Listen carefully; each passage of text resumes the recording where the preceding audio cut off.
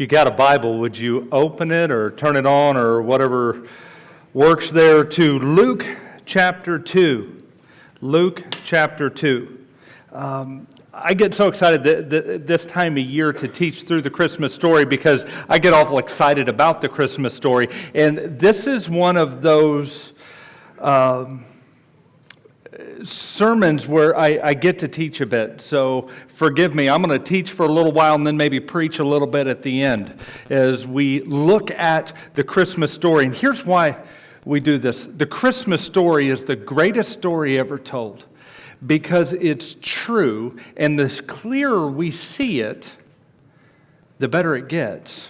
The clearer we see it, the more engaging and more inviting and more wonderful it is. So I'm going to read the entirety of the text this morning, just of the birth of Christ from Luke chapter 2. So if you would, follow along in your Bible. And I don't think it's going to be on the screen today, so just listen if you don't.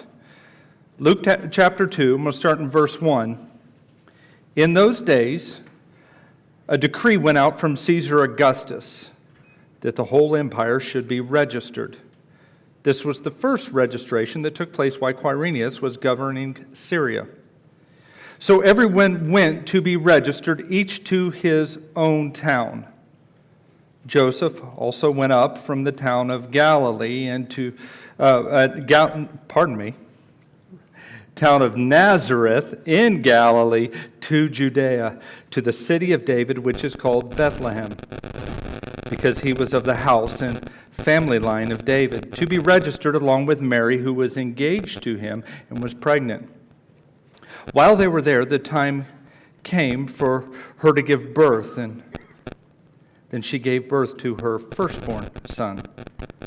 She wrapped him tightly in cloth and laid him in a manger because there was no guest room available for them.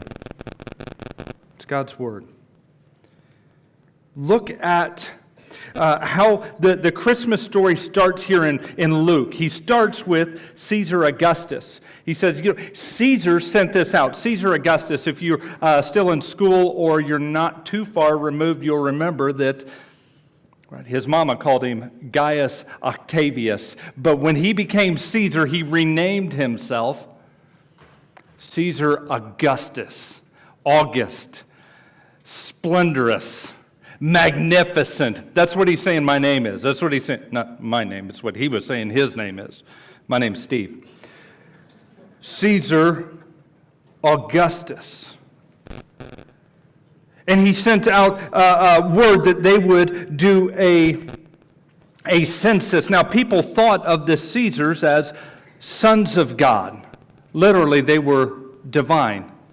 Caesar Augustus, the Son of God, who brought peace on earth.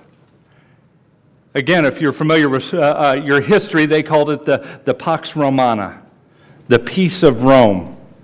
So Luke starts with Caesar Augustus, the Son of God, who brings peace on earth to everyone. And what he's going to do here is contrast the fake picture for the real deal. He's going to contrast as we look through this because Caesar sits on high and he takes from those who are low. And he has a census where he's going to count nickels and noses. That's what you do. We want to know how many are in your family, how much loan or land do you have, and you can pay accordingly. Meanwhile, in a small town on the far eastern side of the Roman kingdom was, come on, somebody's got to say Nazareth or Bethlehem. This second week in a row, I plan on something going a certain way, and then it just doesn't. The name of the town is Sepphoris. Sepphoris is the most important biblical town that is not in the Bible. And I'll explain this in a second. This is a picture of Sepphoris. It's actually named after a little bird because it sits on top of a hill like a little bird. You see, the government had decided to build something that looked like Rome, even off in the far-off places. Something on the far end in Galilee, in Nazareth, or near Nazareth. Something that didn't look like the little Jewish establishments, but was very Roman, big wide roads. And if you go there today, I took that picture there. You see how wide the roads are. A typical Jewish family or Jewish town, the roads are only about 5 or 6 feet wide. They're very, very narrow. Everything is very cramped together. Oh, but we're going to build something that's appropriate here with Sepphoris. And what they did is they would hire day laborers. Later on, they would say, well, who builds? Who are the builders? Oh, carpenters. Well, really, it was anyone who could work with stone or work with wood. In that part of the country, you're going to do a lot more building with stone than you are with wood. So they hired all the day laborers from around the region, and what would happen would be people would relocate to go into work here. Now you start to see if they're hiring all of the day laborers from around. Hey, I want you to come and to help to build this town. You would see why now Joseph, when it comes time for the census, has to go back home. See, he's relocated his family to Nazareth. Nazareth is just one hill away. So if you're in Nazareth, you literally walk down a hill, walk across a valley, and you're in Sepphoris. The other reason why this is so important, if Joseph is a carpenter, a day worker, laborer, a builder, and he's got to train up his son, who else worked here? Jesus worked here. That's why when you walk around there, you're going, I'm literally walking in the place where Jesus would have worked and learned. No, you put the cornerstone down carefully. You build carefully. This is where he would have learned. And in there, we see this is why Joseph would have gone to Nazareth and his family, because remember, we'll find out in a moment that his family's not from there. Joseph was a day laborer, a worker, a construction worker. Here's where we get introduced to Joseph and Mary in the Christmas story. What do we know about Joseph? Joseph suddenly is absent later on. We hear about Joseph last when Jesus is about 12 years old. From that point on, somewhere in between the point where Jesus is 12 and when Jesus starts his public ministry, sometime around age 30. It says about that. We like to say he was always 30 when he started, but it was about that time. So sometime in there, Joseph is no longer in the picture, and it's likely that he died. It's likely that he died early, but we really don't know. All we know is that he's not there any longer.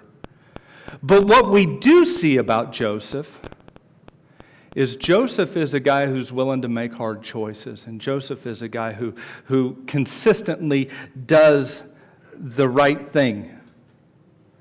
During this census that's about to happen, we'll find out here in a bit that there was a bit of an uprising, but Joseph says, my family's not going to get caught up in that. We're going to do the right thing. When trouble comes his way, we find him consistently being, as Matthew puts it, a righteous man. He's a good guy. He's betrothed to Mary. Now, betrothal is a little different than engagement, because now the newest translations will typically say engagement, because that's a word that you don't use the term betrothal much anymore. But let me help to maybe set the stage here. In Jewish families in the first century, what would happen is there would be a legal binding. It's called a betrothal. So the engagement was where the legal part would happen. That's why it says that he would have to get a divorce, because legally they've been bound. Now, once that happens, then there's a time period. Typically, the groom would go away. But they're close to each other in proximity, and then they come together for the wedding is more of a celebration than anything. The wedding is the celebration, but if you were to break off an engagement there has to be a divorce. That's why we find out when all of the mess comes about, says he decides to divorce her quietly. Now, the mess that we're talking about, if you're familiar with the Christmas story, you know that Mary ends up pregnant. Now, we whitewash this, and we like to talk about it, in very holy terms. But if you put yourself in their family for a moment, they're betrothed, so legally bound, and suddenly Mary's pregnant. That means you've got an issue.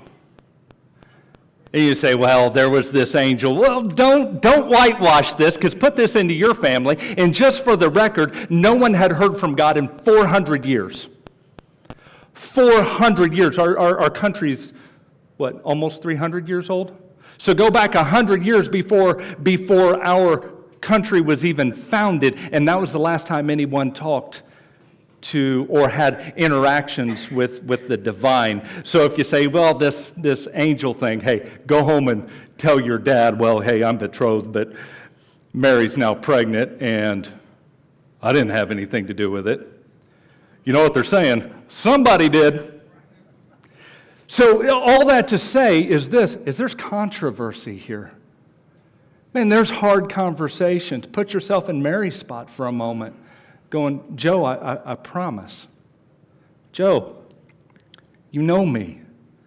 You see, this is difficult. The beginning of where we meet them is in the middle of controversy. And even though the angel comes and speaks to Mary, and we find that an angel will come and speak to Joseph, because even though he's a righteous man, he's like, hey, this engagement's over. How do you explain that to the rest of your family? You realize there's just ongoing struggle, and in their context, families don't just typically move apart. You're always engaged. That's how we'll find out later that when Jesus is left at the temple, they travel for 3 days because they're in such a group that's so large that they don't even realize that they've walked off from Jesus. So now just picture the family dynamic here. The family dynamic as they have to travel for this census, because remember, there's now disgrace, there's controversy, there's all sorts of struggles in this family, and now Caesar, Augustus, has said that there needs to be a census. There's going to have to be property tax that's going to have to be paid. So Joseph has to go back to Bethlehem. That's where his family line is from. That's where he probably owns a house. They have family land there, so he has to return there. Now, I mentioned this earlier. When this census takes place, Acts 5:37, we find out that a lot of people said, ain't no way I'm doing it. It isn't happening. As a matter of fact, there's an uprising, and the guy that leads the uprising ends up getting killed, and all of his followers disbanded and get scattered about. Because this would have been huge. Put yourself in Joseph's spot for a second. If you're a day laborer, you get paid by the day. To travel means you're not going to get paid. We're going to see in a moment this is not a short journey. So not only is he going to have to pay, but he's not going to get paid. This isn't a family. We know for certain that they're a poor family. Because when it comes time to make the offering, they give the simplest of offerings, not an offering for a family that's got a savings account. This is an offering for a family that doesn't have much. So not only does he have to travel, but now how is he going to pay for things? How is he going to provide? We're going to find out the way that God shows up in a pretty odd and incredible way in the next couple of weeks here for this family. So they travel to Bethlehem, and can we show that next picture? Okay, so I think we're going off a little bit, but right up there up top where it says name, just above that you would see Nazareth. And this is the spine of the Judean mountains. So this is the most likely way that they would have had to travel. Now picture them traveling in caravans. Loads of people. I know that we like to picture them traveling all by themselves, the humble donkey. Okay, probably not the way that it happened. He's not the only one that's got to make this trek. Now, they also have to travel. When you travel this, and ironically, and maybe not ironically, this is the same path that Jesus takes as he's leaving Nazareth for the final time to head to the cross. So it starts with this same path. And as they're traveling on this caravan, you know people are talking. Because you've still got this problem, pregnancy, here in the family. And people are probably getting chatty and going along. And I've often wondered why Joseph took Mary. Mary wasn't required to go there. Maybe it's because he didn't want to miss the birth. Maybe it's because he didn't trust being away from Mary at this time because of the difficulty. The Bible doesn't say, but we know that she makes that trek. Now, just so you get a picture, this isn't walking from here to Mooresville. This is walking from here to Louisville within about 10 miles. Or maybe walking to Lawrenceburg. Walking to Lawrenceburg with a gal that's very, very pregnant. And this, if you can, I don't know if you can see well, notice this isn't flat. We call it the Nativity Trail. People travel this all the time now. It's a kind of a pilgrimage. People will fly in, and you'll walk between 6 and 9 miles a day. You can't walk too much because it's fairly hilly. It takes 11 days to walk that. 11 days to walk between 6 and 9 miles a day to get from one to the other, up and down hills. Now picture, you've got a gal that's very pregnant, up and down hills all day, 6 to 9 miles a day, going and going. And now you're Joseph and Mary, and probably most folks, aside from your crazy cousin Elizabeth, who's suddenly pregnant at 120, no one believes what you've got going on. You see how this story gets more and more incredible the closer we look at Christmas. And along the way, okay, we're going to step in. Along the way, you would have to find places to stay. Now, their country, their culture is very, very different than ours. Ours, you would typically look for a hotel or, hey, we've got our coupon here, we're going to stay here. You would stay in folks' homes along the way. And it would look something like this. Joseph, hat in hand, would go up, my name is Joseph, the son of Heli, I'm a son of David. And they would say, well, of course, come in. Joseph, son of Heli, son of David, you're welcome in our home. There's never a scenario where he wouldn't be. But we live in a culture that's very, very different than that. Tracy and I, the first time we went to Moscow, I'll never forget this. We're in Moscow, and I see there's a Hard Rock Cafe. And I'm like, praise Jesus, there's going to be decent food here. Not saying anything about Russian food, but it's terrible. So we go up, literally. We go up, and I go in and the table for two, please. And I'll never forget this as long as we're full. Go away. I was like, what you mean go away? Isn't there a waiting line? And I found out that not all cultures work exactly like ours. If they're full, they just tell you to leave. Hey, we're full. Beat feet. And we're like, oh, okay.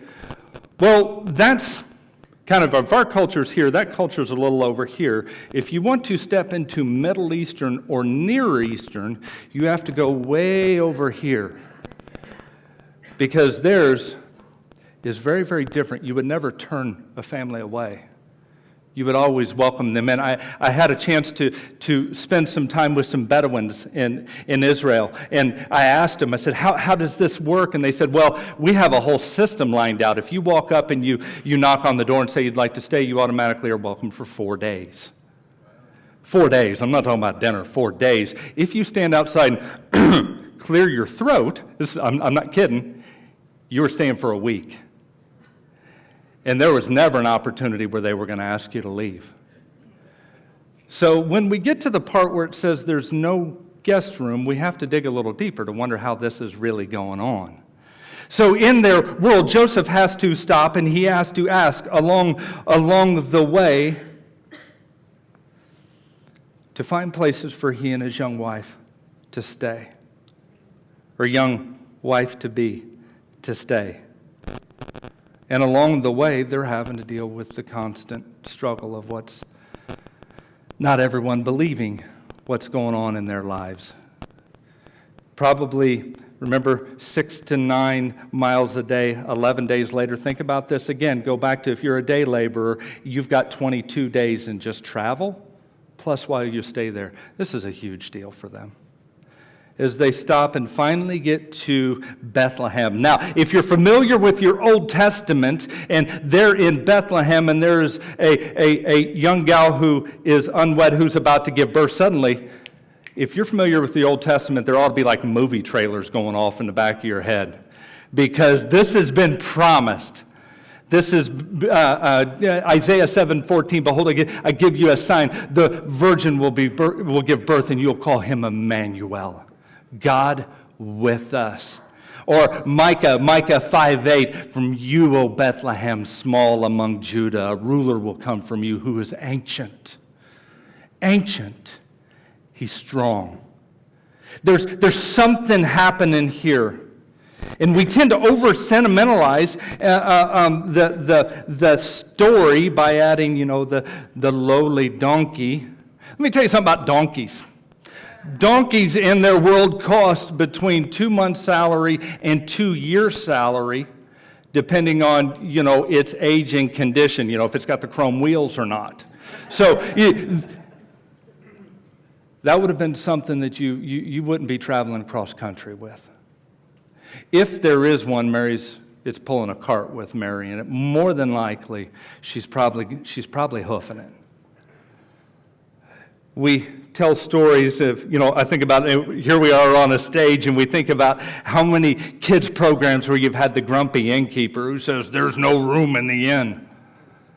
We've added that, and as we've seen, it's very, very unlikely that anyone would ever be turned away in a Middle Eastern to Near Eastern home.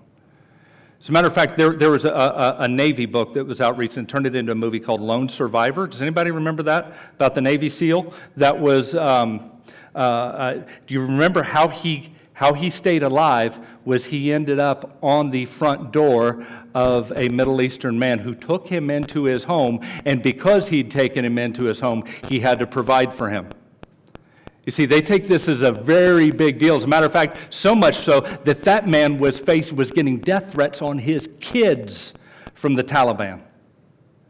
You see, their idea of hospitality is very, very different. We get pictures of these exotic wise men who show up in the nativity. Yes, they do come, but it's not quite yet.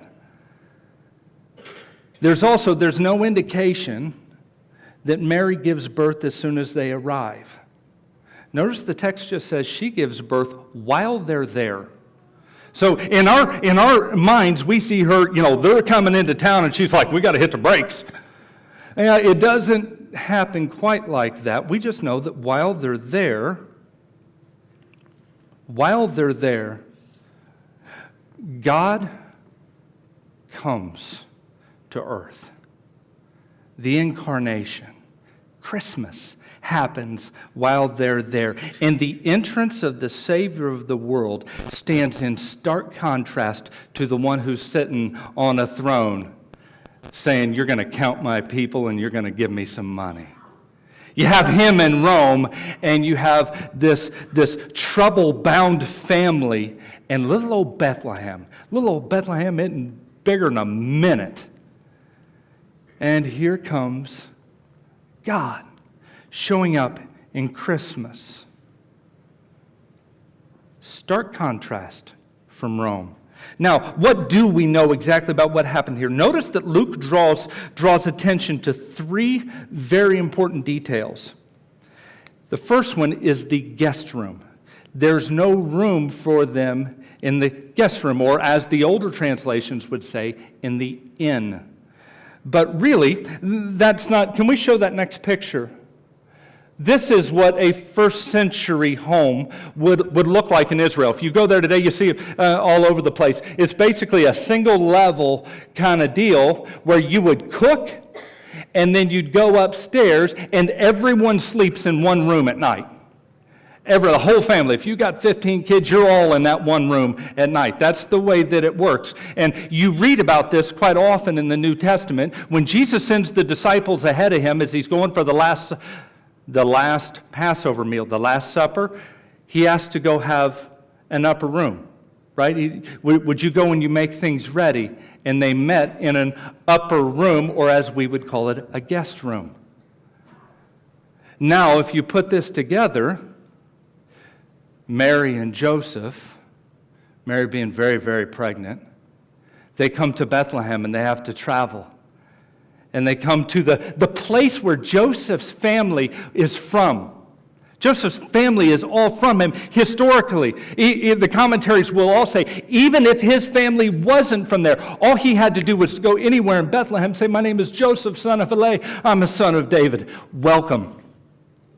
But there's no room for them up there. And we don't know why there isn't any room up there. It could be just because it's so packed. It could be not having that baby in this house.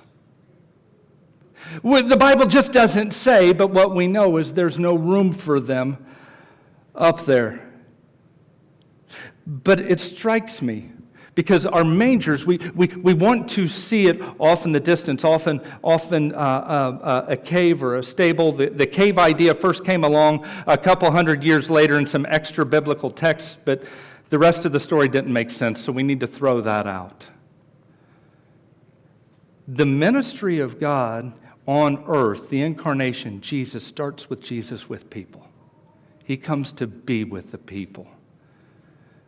And I'll get into this in more of a moment, but if you're upstairs, if everyone stays upstairs, you would cook, and at night you would bring in your animals.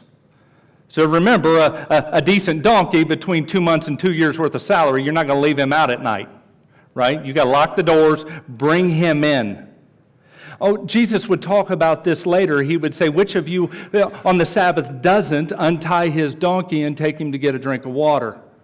It's because you kept your animals at the house. Probably like a back entrance to the house, which would make sense why you have a manger at the house. When Jesus comes, when Christmas happens, it starts with Jesus being with the people. Now, hold on a second. Hang on to that. Let me preach for 1 second. Religion is about man's efforts to get to God. If I do this, if I try hard enough, if I tithe, if I do this, I'll be with God. Christianity stands in stark contrast to that, because Christianity is about God coming to man. God comes to us. What do we see in Eden? What do we see even in Eden? Who comes and walks with him in the cool of the day? It's God comes down. When we mess it all up, he says, oh, I'm going to send someone. And it's God coming down to our level to do what we can't do. Revelation 21, how's the story end? I saw a holy city, Jerusalem, the new Jerusalem, the old Jerusalem, and the old heaven and the old earth had passed away. God is coming down. Christianity is all about God trying to be with you and with me, to live with us, to live among us, to make the choices that we wouldn't make. Have you ever gone through one of those seasons in life where you just feel utterly alone? And you're like, no one gets this. Christmas reminds us that God moved heaven and earth to get to you. To get to you, to walk alongside you. Christmas didn't happen so that you and I get out of physical struggles and get out of conflict and get out of pain. Christmas happened so that God himself could go through the struggles and go through the pain and go through all of those problems just so he can say, I get it. I'm with you. What's Hebrews say later? We don't have a high priest who doesn't understand. We have a high priest who's experienced it all and been with this and gone through it. And here's the difference. When you and I lost our tempers, he didn't. When you and I made the wrong choices when we knew the right ones, he didn't. When you and I took the easy path, he didn't. That's why Christmas is so incredibly, incredibly important. That's why it's worth looking at this in all of its detail and trying to get this right. The second thing, though, that he draws attention to is the manger. He was laid in a manger. Can we show that next picture? I took this picture. This is what a manger looks like. This is a manger. This is a first century manger in Israel. I took that picture. You see these things all over the place. We tend to think like wood. There are not a whole lot of trees in the Middle East if you watch the news. Okay, this stuff is made of stone. Stone lasts. It makes more sense to build out of stone. This would have been on the inside, maybe the wall of their home. Maybe the wall in the back of the home where you'd bring that in. And he draws attention to us that Jesus, when he enters the world, isn't set on a throne. He's laid in a food trough. He's humble. We find all through the Christmas story that God identifies with the lowly, with the humble, with the broken, with the poor. That's what he does. He's not on a throne counting nickels and noses over in Rome. He's with the people in the lowest area going we see him in a food trough, for goodness sakes. A stone food trough. And we look at this and we sing the hopes and fears of all the years are laid in a place where our donkey's going to eat.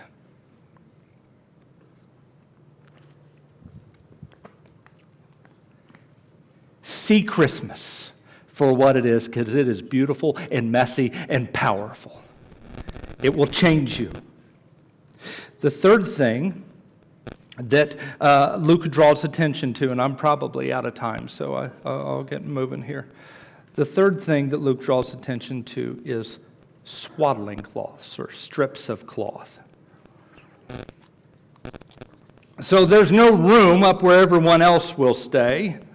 There is a manger, this stone manger, and Jesus is taken and he's laid in strips of cloth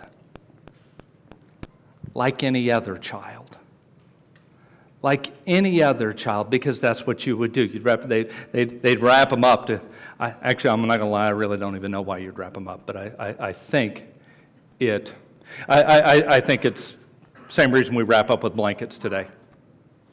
So, he's like any other child, but then again, he's not like any other child. And I want to take a moment and sort of tie some of this together.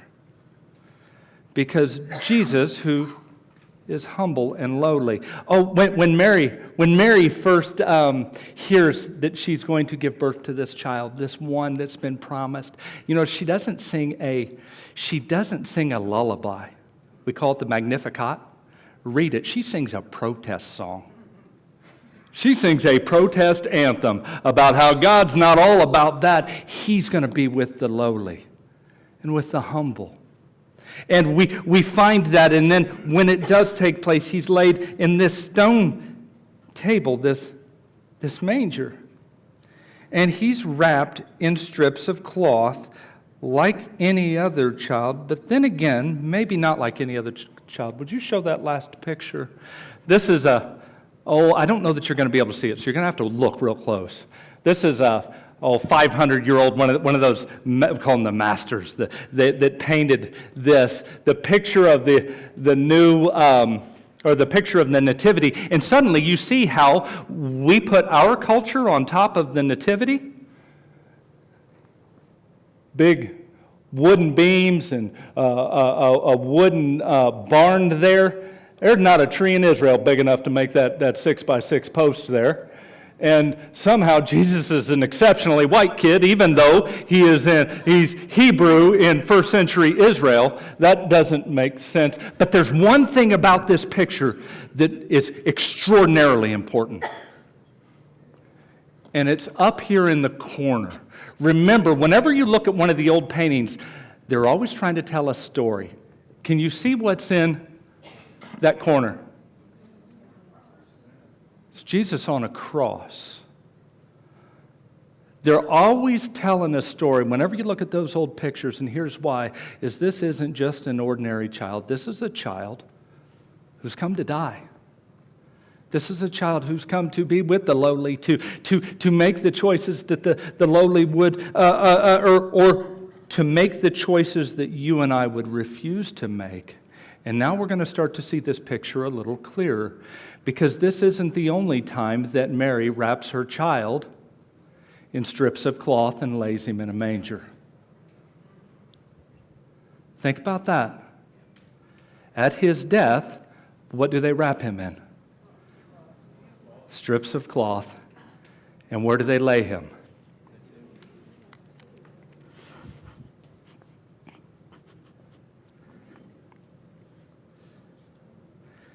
This is the beauty of Christmas. It's terrible and it's wonderful.